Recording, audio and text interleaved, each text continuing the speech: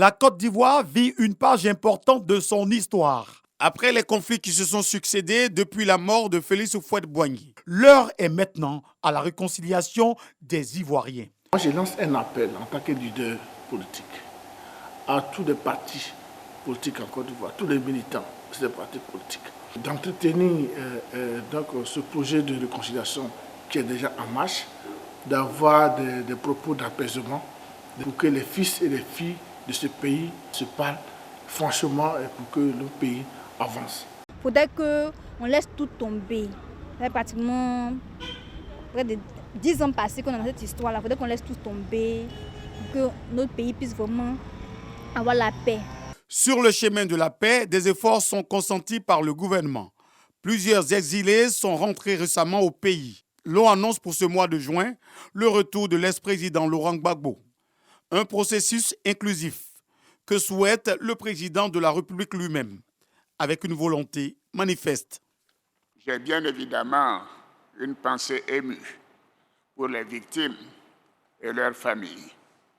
Je voudrais les assurer de notre compassion et de notre soutien. Le gouvernement continuera de leur apporter assistance. Quant à M. Laurent Gbagbo et Blé Goudé, ils sont libres de rentrer en Côte d'Ivoire quand ils le souhaitent. Partis politiques et citoyens lambda s'accordent à dire qu'un travail a été fait dans ce sens. Mais beaucoup reste à faire. Le Parti démocratique de Côte d'Ivoire, PDCI, de son côté, s'inscrit dans la paix. Une paix durable avec son président Henri Konan Bédié. Le président Aimé-Henri Konan Bédié n'a cessé de prôner la paix, de nous enseigner le chemin de la paix et de la réconciliation. Le fait déjà de laisser rentrer le président Gbagbo dans des conditions sécuritaires et dans de bonnes conditions, cela déjà invite la population sur le chemin de la réconciliation. Cela veut dire quoi? Que le gouvernement est en train de faire des pas dans le chemin, dans cette voie de la réconciliation. C'est très important. Si le parti au pouvoir a sa part à jouer, l'opposition également doit s'y mettre pour réussir ce projet, selon le Rassemblement des Oufouettistes pour la démocratie et la paix, RHDP. Nous invitons l'opposition à utiliser le bon ton, le ton de la réconciliation. Ce n'est pas à tout moment qu'il faut s'opposer. Quand c'est bien, il faut embarquer dans le bateau du bien. Donc je pense que c'est eux qui doivent également faciliter la réconciliation, des facilitateurs de la réconciliation.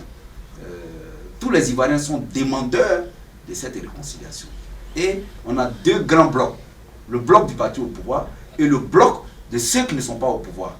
Nous sommes tous des Ivoiriens, donc on estime que les deux blocs doivent s'en tenir à l'essentiel. L'essentiel aujourd'hui, c'est est-ce que la Côte d'Ivoire converge vers un développement? Oui.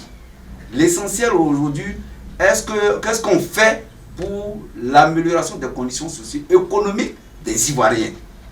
C'est ça, la politique. Ce sont des sacrifices de part et d'autre qui pourront amener les Ivoiriens à réussir ce processus de réconciliation nationale, selon ce responsable d'ONG. Il faut prendre le juste milieu. Parce que quand on sort d'une crise, ce n'est pas comme on sort d'un restaurant. Nous avons vu au Rwanda où il y a eu des millions de morts, des milliers de morts. Et aujourd'hui, le peuple rwandais a mis le Rwanda au-dessus de toutes les considérations. Chacun a raison, chacun a tort dans cette crise de Côte d'Ivoire.